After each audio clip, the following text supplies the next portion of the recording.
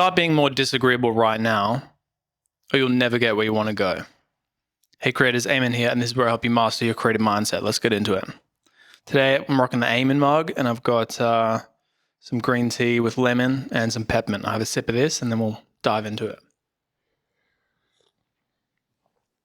Honestly, my life didn't start getting good until I started to become really disagreeable.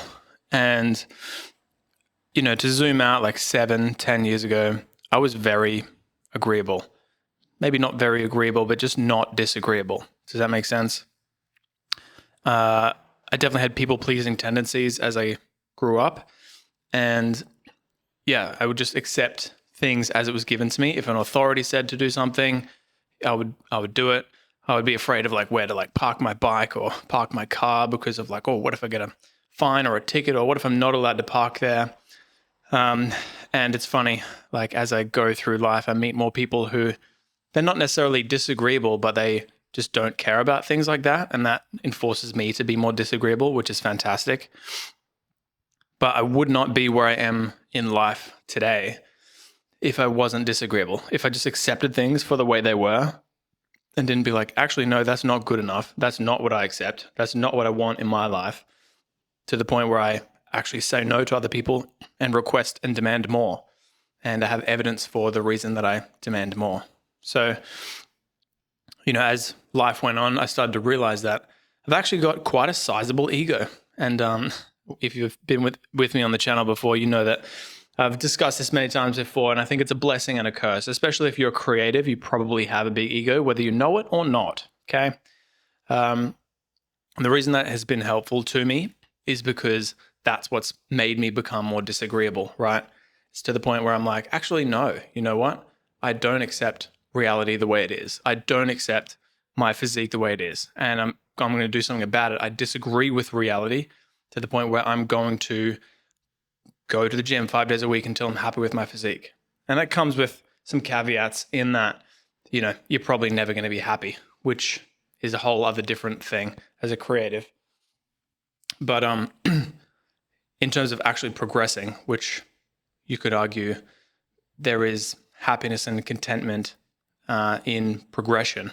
At least you need fulfillment you need progression to get fulfillment, right? Tangenting here. But prime example, for example, you know, if you weren't happy with your current job situation, you either wanted different situations around your work circumstances, you weren't being treated the correct way, or you weren't making the money that you wanted to make. Is there evidence to suggest that you deserve more than that? Because that's the key part of it, is that there needs to be evidence for it. You can't just delusionally demand more for no reason at all. Because I see that happening a lot in the modern world. Everyone just, especially with the whole boyfriend-girlfriend thing, like in partners, people are like, you know what? My man or my girl has to do this and I demand it. And it's like, okay, cool. Like that's understandable. So, but what's the evidence to suggest that you deserve that? Because you can demand that all you want, but like, are you offering something in return that allows you to demand that justifiably? Because if not, that's where delusion meets. But anyway, I'll stay out of that analogy because that's for a whole bunch of other YouTubers, not me. But if you've got comments on that, feel free to leave them below. But back to the job situation. If you feel like you're over-delivering on value, and I've done this multiple times throughout my career. In fact, I've doubled my income 4 times in the last 5 years. Doubled my income 4 times in the last 5 years. And that's because I am just disagreeable. But not just disagreeable, I also have evidence to show that I'm over-delivering on value. And it's to the point where I'm like, hey, just so you know, and you have to be so committed to the fact that you are over-delivering on value, so committed to the fact that you are disagreeable, that you are disagreeing with this reality, that you have to not have a backup plan, right? That you have to have a backup plan, right? So it's like, hey, I disagree with this. I think I deserve X, and here's all the reasons why I think I deserve X, and I will not settle unless I get X. And again, you can do this in your job, in your relationship, in your friendships, with your relationship with your parents, in your living situation, with yourself as well, which is the most important part. Hey, I think I deserve to have a body that I'm happy with. Okay, well, what's the evidence to suggest that? It's like, well, I want to be happy. I want to enjoy my existence on a day-to-day basis. And it's going to get me these particular outcomes. That conversation is a little bit more nuanced, but to be disagreeable with the nature of reality in terms of where you're at right now, in the fact that you can do something about it, is crazy powerful as well. But there's too many people I see, and again, I'm just lucky in the fact that I guess I was just programmed in the way that I'm like, things just trigger me, and I'm like, no, like a little boy. No, I don't accept that for the way it is. And I demand this. And guess what? You get given it. It's a good blend, this one. This is my daily at the moment. You get given it. And people, because nobody's just going to reach out and be like, hey, you know what? You're doing a great job. I'm going to give you more money, or whatever it is. If we're using a job example, because it's just the nature of a business to retain profits and not spend more revenue. So they're not going to just stand up and be like, hey, Johnny, here's another $100,000. I don't know why they speak in 1920s American, but that's what your boss does, I imagine. People aren't just going to do that, because guess what? They're being disagreeable for themselves, whether they believe it or not. They're just being agreeable in themselves, in their own reality, right? And so that's where you have to stand up and say, actually, no, I see where you are agreeable in yourself, and I see why you would be disagreeable to myself, but I believe so deeply in myself that I demand this, and I will not stop unless I get it. And here's all the evidence to suggest that I deserve to demand that. And if I'm not granted that, then I will go and do X. And you have to believe in yourself to the point where if someone says, no, I'm not going to give you that, you're not bluffing. And you call their bluff and you say, okay, no worries, goodbye. And they go, wait. And you say, no, it's too late. You lost me. And you go and provide your value to someone else that recognizes your value, right? And so, yeah, start being disagreeable right now in more things in your life. Demand more because you probably deserve it. Again, caveat, make sure you have evidence to suggest that you do deserve that. Otherwise, you'll just be this delusional monster going out being like, I demand my groceries for free. And they'll be like, no, you don't. You're going to jail if you steal them, you know? So you have to have the evidence to suggest that you deserve it.